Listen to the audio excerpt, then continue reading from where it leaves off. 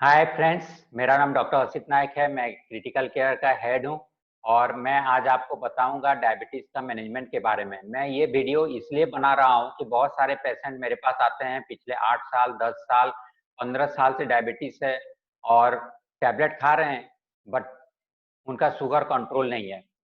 अभी रिसेंटली मेरे पास एक लेडी आई थी, 62 ईयर ओल्ड थी और उनको पिछले 8 साल से डायबिटीज है और पिछले 8 साल से वो टैबलेट्स खा रहे हैं डायबिटीज का। बट पिछले 2 साल से उन्होंने उनका जो ब्लड शुगर है वो काफी हाई रेंज पे चल रहा है। तो एवरी 2 मंथ 3 मंथ्स में अलग अलग डॉक्टर्स को उन्होंने दिखाया हुआ है। डॉक्टर्स ने दवाई बढ़ाया है डोज, और वही दवाई को अलग अलग नाम पे प्रेस्क्राइब किया हुआ है। जब ये लेडी आई तो मैंने उनको एक्सप्लेन किया कि डायबिटीज जो है ये लाइफस्टाइल डिजीज है, ये सिर्फ टैबलेट खाने से ब्लड शुगर कंट्रोल हो जाएगा ऐसा नहीं है। बट वो एग्री होने के लिए राजी नहीं थे, क्योंकि ज्यादातर लोग अपने लाइफ में जैसे सेटल हैं, जिस तरीके से लाइफस्टाइल चल रहा है वैसे ही से चेंज होना नहीं चाहते। तो आज हम बात करेंगे कि डायबिटीज एक्चुअली एक लाइफस्टाइल डिजीज है और क्या क्या लाइफस्टाइल चेंज करने से ये इम्प्रूव हो सकता है। तो मैं आपको आज शेयर कर रहा हूँ कि 8 pillars in management of diabetes.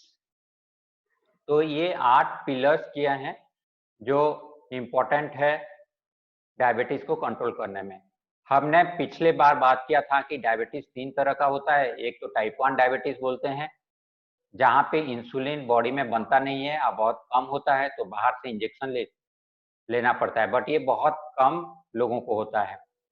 तो इसके बारे में हम ज्यादा बात नहीं करेंगे। आज हम बात करेंगे टाइप 2 डायबिटीज के बारे में, या non insulin dependent diabetes mellitus. ये बहुत सारे लोगों को हो रहा है, जिसके बारे में यहाँ पे इंसुलिन का रेजिस्टेंस होता है ड्यू टू अनहेल्दी लाइफस्टाइल।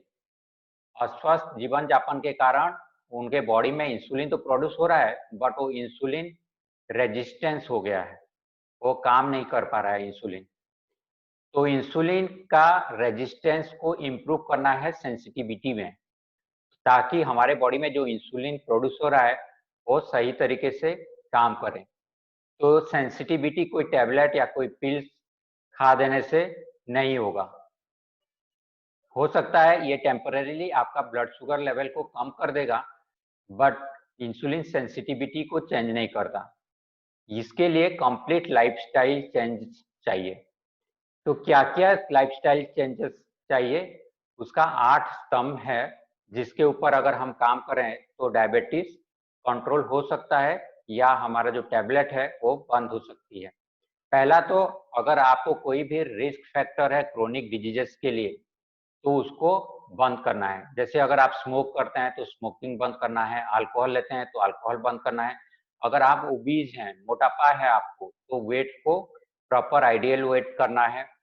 अगर आप ओबीज नहीं है बट आपका पेट निकल रहा है, पॉट बेली है, तोंद निकला हुआ है, जिसको हम बोलते हैं विसरल फैट आपके अंदर जम गया है, तो उस विसरल फैट को कम करने की जरूरत है। बहुत सारे पेशेंट आते हैं, बोलते हैं कि मेरे दादाजी को भी था, मेरे पापा को भी डायबिटीज था और अभी मेरे को भी हो गया है, और ये हमारे जीन में है। बट एक्चुअली अभी साइंटिस्ट लोगों ने देखा है कि आप अपने जीन को चेंज कर सकते हो बाय चेंजिंग योर एनवायरनमेंट, और आपका लाइफस्टाइल, खान पान, ये सब चेंज करके आप अपना जीन को भी चेंज कर सकते हैं। अगर आपके ब्लड में लिपिड लेवल ज़्यादा है, जैसे हाई कोलेस्ट्रॉल है या हाई ट्राइग्लिसराइड है, तो उसको कम करने की ज़रूरत है।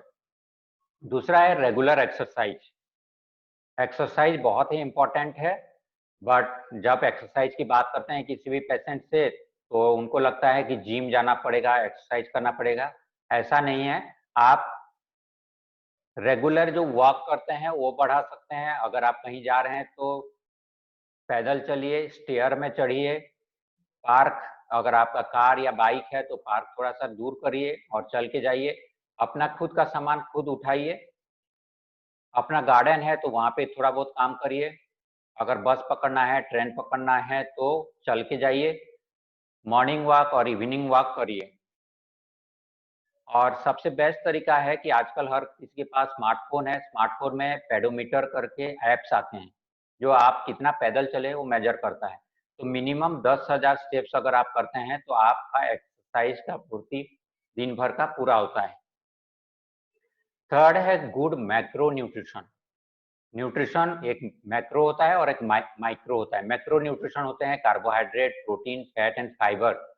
कार्बोहाइड्रेट जो होता है ये शर्करा होता है, और शुगर जो होता है ये कार्बोहाइड्रेट से ही बनता है और ब्लड में बढ़ता है। तो कार्बोहाइड्रेट जो है, गुड कार्बोहाइड्रेट और बैड कार्बोहाइड्रेट हो सकती है। गुड कार्बोहाइड्रेट जो लो ग्लाइसेमिक इंडेक्स होता है, जो तुरंत से ब्लड लेवल में रेज नहीं हो जाता, स्लोली स्लोली हमारे डाइजेस्टिव सिस्टम से एब्जर्व होता है और स्लोली स्लोली ब्लड लेवल में बढ़ता है। तो लो ग्लाइसेमिक इंडेक्स कार्बोहाइड्रेट हमें खाना है। प्रोटीन, प्रोटीन बहुत ही इंपॉर्टेंट है, हमारा बॉडी का बिल्डिंग ब्लॉक है। इंसुलिन जो भी बनता है वो भी प्रोटीन से, प्रोटीन है, तो उसके लिए एमिनो एसिड चाहिए। प्रोटीन भी गुड प्रोटीन और बैड प्रोटीन होता है। गुड प्रोटीन वो प्रोटीन है जो प्लांट बेस्ड प्रोटीन होते हैं, गुड प्रोटीन होते हैं, एग्स, मिल्क, ये सब गुड प्रोटीन होता है। चिकन, बट रेड मीट जो होता है वो खराब प्रोटीन माना जाता है। और आजकल के जो चिकन खा रहे हैं उसमें भी एंटीबायोटिक्स और स्टीरॉयड्स, ऑक्सीटोसिन इंजेक्शन रहता है, तो वो भी अनहेल्दी प्रोटीन है। तो गुड प्रोटीन सोर्स हमें खाना चाहिए, स्पेशली सोया प्रोटीन या लेग्यूम्स, दाल जैसे चीजों से जो प्रोटीन है। तीसरा है फैट। फैट जो है वसा बोलते हैं, ऑयल वाली चीजें, ये भी गुड और बैड होता है। गुड वो होता है जैसे ओमेगा 3 और ओमेगा 6 और ओमेगा 9, ये अनसैचुरेटेड फैट बोलते हैं, ये बॉडी के लिए हेल्दी होता है। खराब फैट जो होता है ट्राइग्लिसराइड और कोलेस्ट्रॉल होता है, इसका बॉडी में बढ़ने से डायबिटीज का रिस्क है। फाइबर बहुत ही इंपॉर्टेंट चीज है, फाइबर बॉडी में एब्जॉर्ब नहीं होता, बट ये हमारे डाइजेस्टिव सिस्टम को सही रखता है और हर चीज को स्लोली रेगुलेटेड वे में अपने बॉडी में एब्जॉर्ब करवाता है। तो फाइबर हमारा एडिक्वेट इंटेक होना चाहिए। फाइबर मिलता है हमें रॉ वाली चीजें, कच्चे वाली चीजें, कच्चे फल और कच्चे सब्जियां। सब्जियां को जो पका देते हैं तो फाइबर डिस्ट्रॉय हो जाता है। तो सलाद और फ्रूट्स और वेजिटेबल्स हमारे जितना रॉ खा सकते हैं उतना ज्यादा अच्छा है। Good micro nutrition, micro nutrition होता है विटामिन एंड मिनरल्स, ये बहुत ही कम मात्रा में लगता है बट रोज लगता है। कुछ विटामिन हमारा बॉडी तो बना पाता है, कुछ विटामिन नहीं बना पाता, तो हमें रेगुलरली जितना रिकमेंडेड है उतना विटामिन और मिनरल्स चाहिए। और साथ में फाइटोन्यूट्रिएंट्स, फाइटोन्यूट्रिएंट्स पेड़ पौधों में ऐसे कुछ केमिकल कंपाउंड होते हैं जो हमारे शरीर के लिए हेल्दी होते हैं, जैसे लाइकोपिन, क्वारसेटिन, रेसवेरिट्रल, कैरोटीन, ये सब चीजें जो हमारे बॉडी के लिए हेल्दी होता है, ये हमारे फ्रूट्स और वेजिटेबल्स में जो कलर्स होते हैं उससे मिलता है। और साथ में गुड सप्लीमेंट्स हमें लेने की जरूरत है जो ऑर्गेनिकली ग्रोन हो और हमारा बॉडी उसको एब्जॉर्ब कर पाए, क्योंकि जितना विटामिन और मिनरल्स और फाइटोन्यूट्रिएंट्स हमें चाहिए हमारा डाइट में उतना नहीं मिल पाता, और ये एंटीऑक्सीडेंट जैसे काम करते हैं, बॉडी में जो डैमेज हो रहे हैं उससे रिपेयर करते हैं।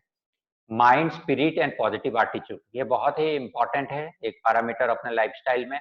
जो लोग खुश रहते हैं और होपफुल रहते हैं वो हमेशा हेल्दियर रहते हैं। जो लोग क्रोनिक डिप्रेस्ड रहते हैं, हमेशा डरा हुआ रहते हैं, एंक्सियस रहते हैं या गुस्सा ज्यादा करते हैं और निराशावादी होते हैं, उनको बहुत सारे फिजिकल चैलेंज होता है। तो हमें पॉजिटिव रहना इंपॉर्टेंट है। एडिक्वेट रेस्ट, रेस्ट बहुत ही इंपॉर्टेंट है।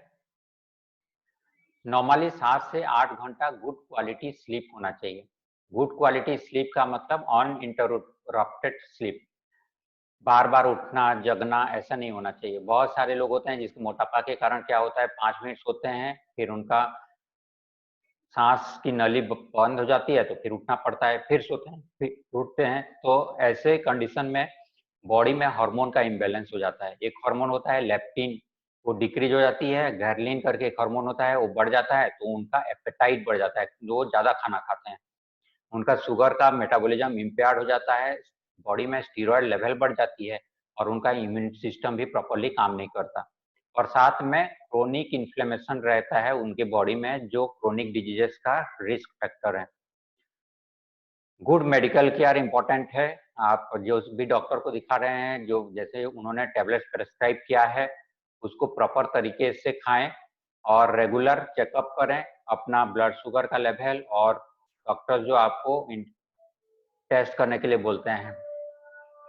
आपका एनवायरनमेंट जो है हेल्दी हो। हेल्दी एनवायरनमेंट का मतलब होता है जो सांस ले रहे हैं वो पोल्यूटेड ना हो। अगर आप इंडिया का कोई भी सिटी में रहते हैं तो पूरे हर सिटी पोल्यूटेड है, तो आप कैसे एयर को ब्रीथ कर रहे हैं जो हमारे बॉडी में डैमेज कर रहे हैं। तो उससे प्रिवेंट करने के लिए हमें एयर प्यूरिफायर यूज करना चाहिए।